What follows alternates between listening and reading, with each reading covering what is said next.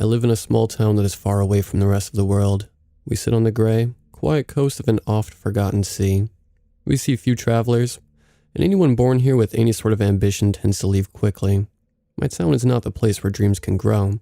It is a quiet, lonely place supported by a meager fishing industry and little else. Make no mistake, it's not a particularly unhappy place. Those of us who choose to stay have built lives for ourselves. Our community is strong and tight-knit. But I hold no illusions of our town as anything other than what it is, a quiet, unassuming fishing port. There's only one resident we have that anyone might have heard of, and that would be the late Olaf Bolstad. He has the patriarch of one of the oldest and most powerful families in our town. His was the greatest of the small fishing companies that dominated our little town, and up until his death 40 years ago, he lived in the Bolstad house, just outside of town. The Bolstad house was a large and beautiful mansion. Olaf's grandfather, a man by the name of Edvin Bolstad, had supposedly built it for his family generations ago. It really is a spectacular mansion, almost like a castle or a cathedral. It sits atop a hill overlooking the town with massive towers reaching into the sky. Atop the highest of them is a single green light. My mother once told me that it was only there so that low-flying aircraft didn't accidentally clip the tower. But I'd never seen any aircraft in our area, up until Olaf himself. The Bolstad family had lived in that house, watching our town prosper. By all accounts, there was nothing particularly wrong with the Bolstads. Olaf was a generous and respectful man who had spent his youth out on the boats before he'd taken over the company. He cared for our little community and did what he could to ensure that the people there prospered. His son, whose name I do not know, seemed less invested in upholding the family tradition of living in the Bolstad house, though. I've heard a few different accounts of how his son came to leave our small town behind. Some say that he had a falling out with Olaf. Others say he wanted to pursue his future elsewhere. Either way, the end result is the same. He left long ago, and when it came time for him to inherit the company, he chose to run it from whatever corner of the world he decided to live in. When Olaf died, the Bolstad house was left unoccupied, and in the decades since, it has sat empty. I used to be a fisherman, but as many others could tell you, the sea is a violent and treacherous thing. All it takes is one bad call to end your life, or someone else's. Our captain had made one such call. The storm had hit us by surprise, and in just a matter of minutes, it was on top of us. The stubborn fool had tried to sail through it, and got the boat capsized for his trouble. Most of us were picked up by a nearby trawler, but too many were never seen again. Lifelong friends lost at sea, all because of the arrogance of one incompetent man. My leg had been broken in the accident, and it never quite healed right. Perhaps I could have gone back on the water with it, but I'd lost my taste for fishing. I was still a young man, and I had no intention of dying young either. I thought there might be other employment that would put me at much less of a risk, and that was how I ended up at the Bolstad house. Ever since the death of Olaf Bolstad, the house had been maintained by a man known as Isaac Jensen. Old Isaac was well known in town. He was somewhere on the young side of 70, with a white beard and a bald head that he covered up with a cap. I'd often seen him before down in the local pub, having a drink by himself. When I heard he was looking for a younger man to help him around the old Bolstad house, I thought that that kind of work might just be the change I was looking for. I approached him in the pub one night and asked if I could sit. He just nodded at me and gestured to the spot across from him. "I hear you're looking for help at the Bolstad house, old-timer," I said. Isaac just scoffed and cracked a weary smile. "A little more than just help," he replied. "If you're here to offer yourself, know that this is a commitment, not just a job." "I've got nothing but time and a willingness to work," I replied, and old Isaac stared at me for a moment before he finally nodded. "All right then. I've seen you around with the other fishermen. What's your name, boy?" "Nikolai. Nikolai Wine." "Well then, Nikolai, the work is to ensure the house is kept up with. Takes its toll after a while, and my old joints can't do it for much longer. It's hardly a two-man job, so don't count on having me around for too long. The faster you learn, the faster I can retire." "You're after a replacement then?" The old man nodded. We only have so many years on this earth, dear boy. I've worked my fair share. I've given up my body, my youth, and so much of my life in exchange for money. Now I want to enjoy the time I have left. Perhaps you may not spend the remainder of your days working at the Bolstad house, but know that you will spend years there. Are you prepared for that? The 70 in his tone struck me as a little odd. It was hard to understand exactly what he meant. All the same, I nodded. I'm prepared, I replied. Well then, let me buy you a drink, boy. I'll assume you're available to start in the morning. 5 a.m. sharp. 5 a.m. sharp, I repeated. Old Isaac smiled, baring his yellow teeth at me. Attaboy. True to my word, I was at the Bolstad house prior to 5 a.m. in the next morning. I felt that familiar mix of intimidation and excitement that comes with a new job settling in my stomach. Old Isaac was waiting for me by the time I'd driven up the hill. He lived in a small cottage on the edge of the property and invited me inside for coffee, while we handled the red tape of my new employment. The contracts were nothing I had not seen before. When I'd been working on the fishing boats, we were done within an hour, and the real work began after that. Old Isaac took me through to the house. First came the tour from the outside in. He showed me the gardens he'd maintained in both the front and backyards of the house. They were surprisingly lovely despite no one living there, a testament to the old man's work, I suppose. Gardening had never been something I'd much cared for, but I suppose I could learn to love it, given time and money. The little things in life keep you happy, he said as we toured the back garden. A quiet job like this isn't exactly lively. The gardens aren't much, but they keep me busy. They lift my spirits. Maybe they'll do the same for you. As he said that, I caught him staring over at a small shape near the rear of the garden. It looked like a cross planted into the earth. What's that? I asked. Old Isaac was silent for a moment as he stared at the cross. Something of a memorial, he finally said. It was a bad storm in a town a few years back, probably before your time. Quite a few people died. Olaf requested it be there in their memory. When I'm gone, you can do what you want with the gardens. Well, I hope you'll keep caring for them as I have. I don't expect it. That marker, though? Tend to it well. The dead deserve their respect. I nodded at him, silently taking note to ensure that the marker was taken care of. Old Isaac finally turned away from me. Come on, I'll show you the inside. The interior of the Bolstad house had been kept up well. It was too clean, like a museum or a mock-up. It was clear that no one had lived there in decades, but old Isaac had at least ensured it looked livable. The beds were made with reasonably fresh linens. The marble floor was mopped. Everything was dusted. The place was spotless. It may be that young Mr. Bolstad will never come back here, but for what the man pays, he deserves to come back to a clean house. So long as you keep the place tidy, it will be easy enough to maintain. I've spent more of my days out in the garden or tending the lawn than in here. I'll pass through once a week or so, never more than that. It's a shame such a lovely house is sitting unused, I said. Did Mr. Bolstad ever mention selling it? Selling it? Isaac repeated. He scoffed. I doubt the boy would. This house belongs to the Bolstad family. It is the responsibility of the Bolstad family. They won't sell it. I can promise you that much. I'll take you up to the tower next. It's the most important room in the house. Follow me. The old man gestured for me to follow and led me to a set of stairs on the second floor. They led upwards in a spiral shape and into a small, round room with green-tinted glass walls. There was barely room for both of us up there, and it stank of oil and smoke. This would be the tower, Isaac said, a hint of reverence in his voice. Olaf Bolstad first took me up here when I was about your age, and give or take. He was very particular about this little light.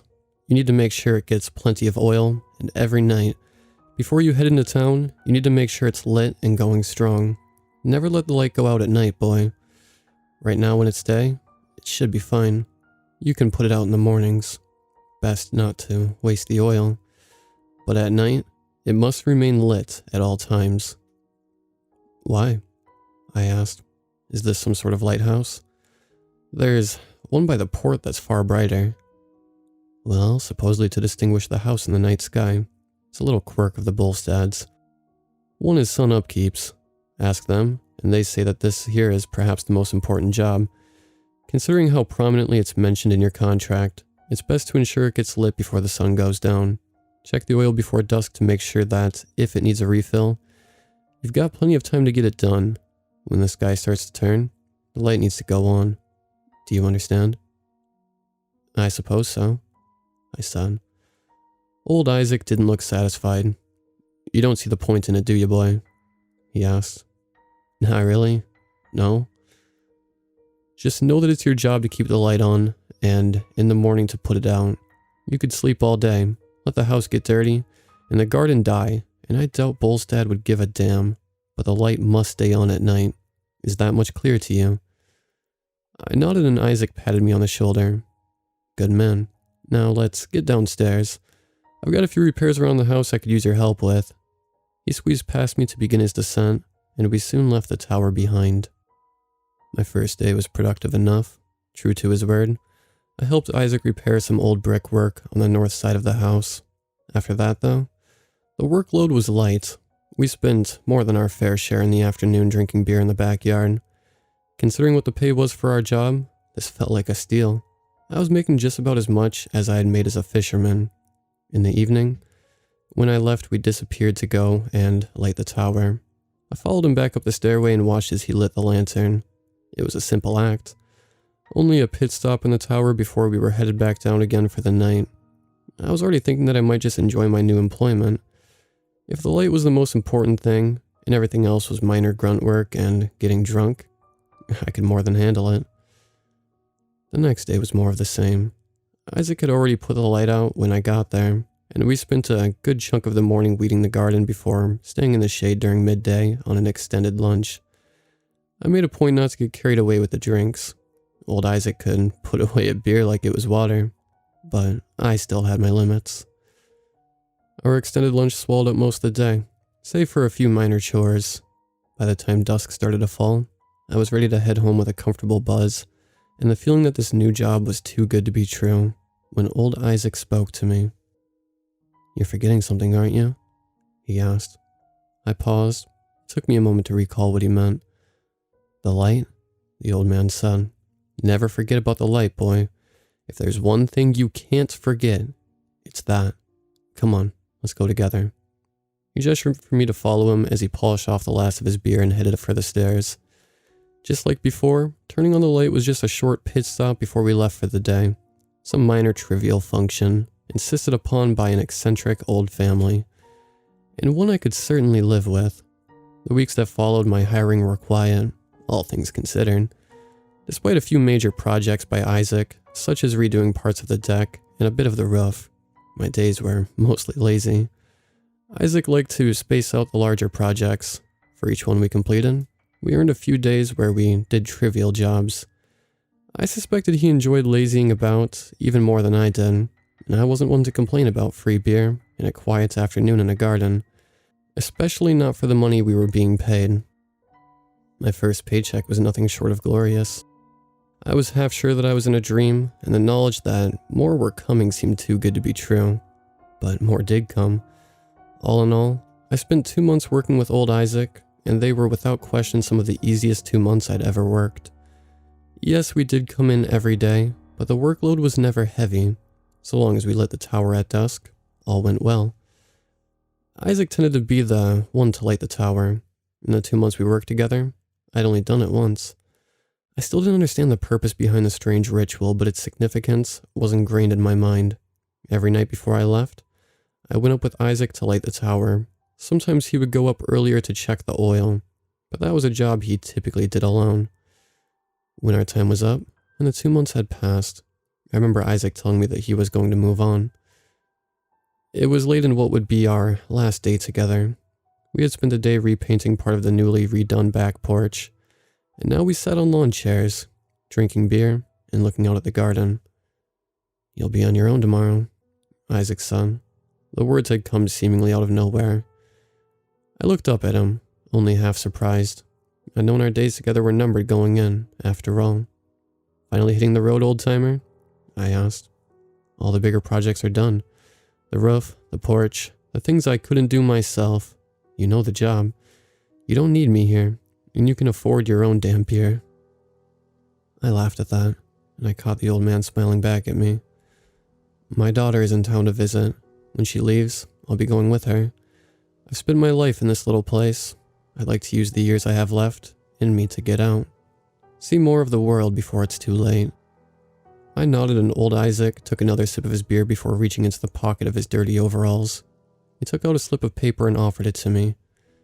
"Here, I doubt you run into any trouble, but if you need me, you can reach me. I must warn you though. After a week, I won't be in town. You'll need to hire your own help." I took the number. "Shame. I doubt they'd be half as charming, old-timer," I said. I toasted him with my beer, and he returned the gesture. "If I don't see you again, it's been a pleasure, Nikolai." "Likewise." Our bottles clinked together as we let our final day end. At the end of it, Isaac and I went up to the tower to turn on the light, and then we were gone. The first few days alone were uneventful and far too quiet. I had music to keep me company, yes, but music wasn't quite the same as companionship. Old Isaac had been kind enough to leave me a note in the shed, reminding me about the light, and I kept it in my pocket so I would not forget. I didn't. Come the evenings, I always went upstairs to ensure the light was on before I left for the night. If nothing else, I did that part of my job perfectly well for the first 4 nights. It was the 5th where I ran into some trouble. As the sun began to set, I made my way up to the tower just as I always did. I went through the motions of lighting the light, only I found that it did not light. The flame went out quickly and seemed so much weaker than before.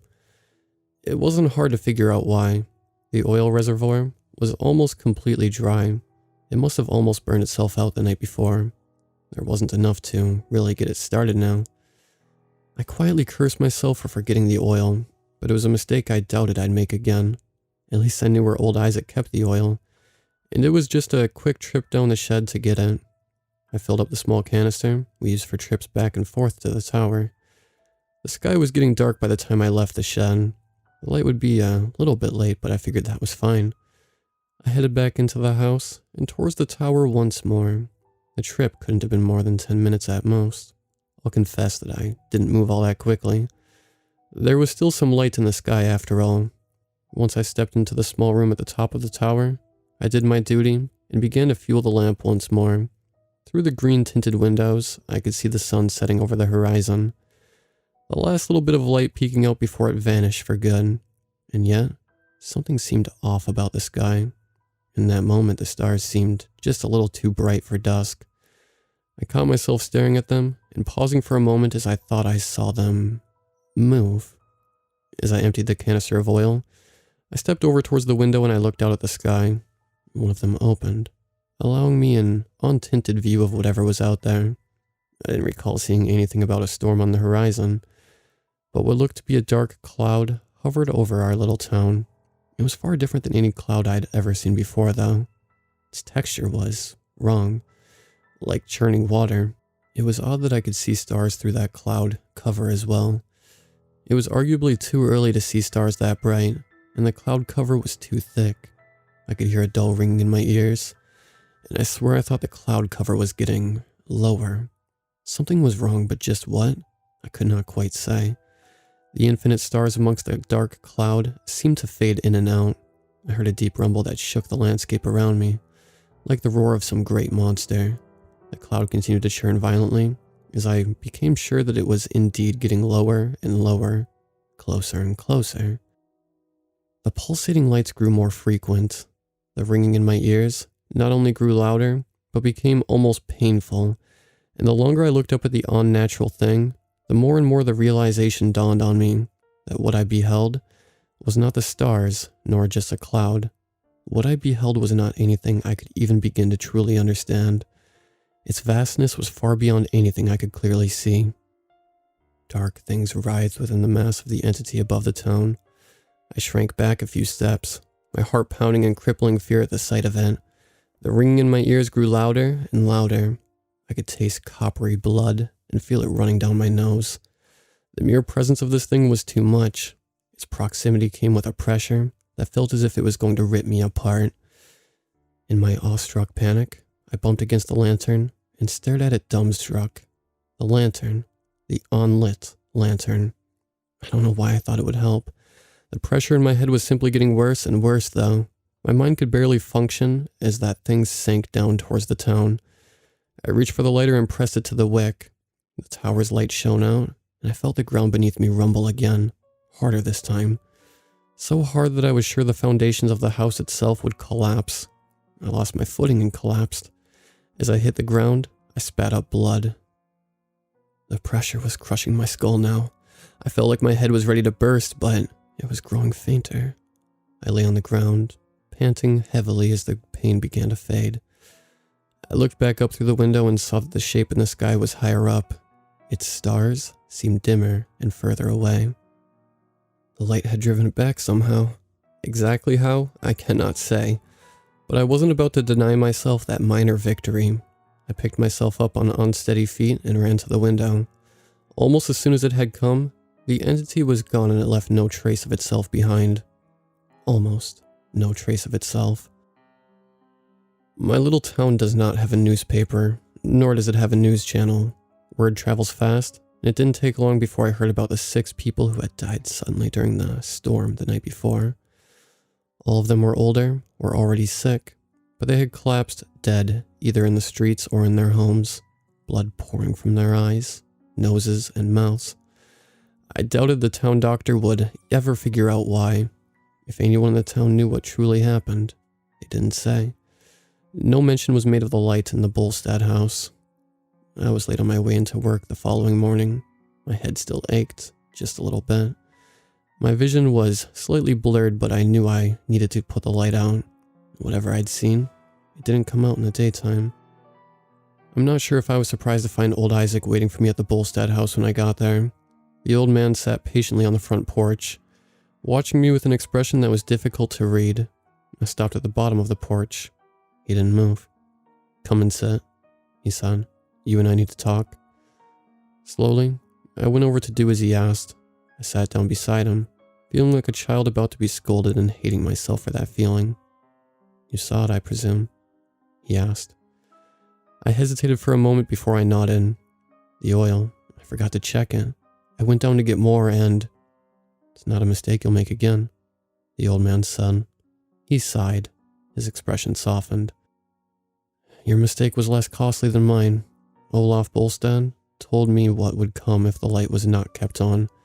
In my youth, I dismissed his tale as the ramblings of an insane old man. One night, I neglected the light entirely. That thing came down from the sky, and 50 people lost their lives before Olaf corrected my mistake. He nearly killed himself in the process. I had hoped to avoid making the same mistake with you by providing a far more mundane reason to keep the tower lit at night. Perhaps that was a mistake in and of itself.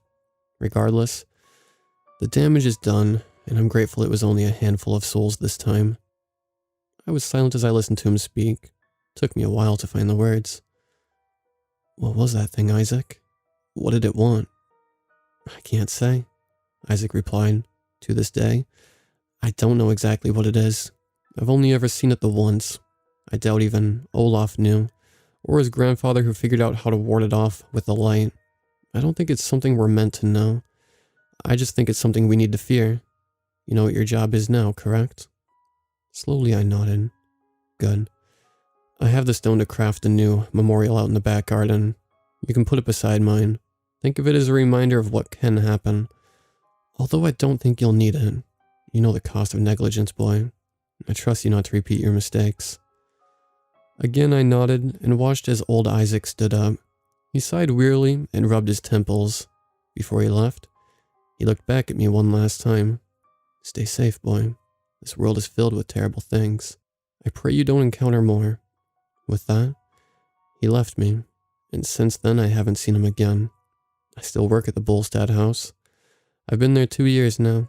I've never seen that creature in the clouds since.